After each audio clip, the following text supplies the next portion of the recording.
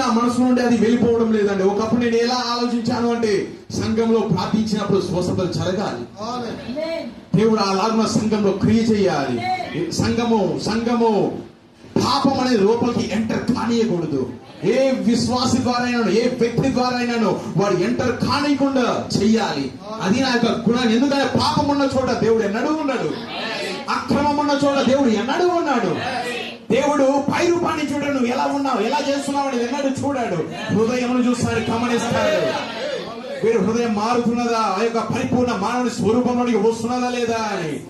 ఏమైనా పైకి మనుషులు అందరూ మంచి విశ్వాసాన్ని చూడొచ్చు, కానీ దేవుడు ఏం చూస్తాడు? సొలొమోను పై రూపాన్ని చూశాడు, కానీ దేవుడు ఏమన్నాడు? ఓ సమూయేలు, నువ్వు పై రూపాన్ని చూస్తా, కానీ నేను హృదయాన్ని చూస్తున్నాను. దావీదు నా హృదయానుసారుడు, నా హృదయమును వెంబడించువాడు.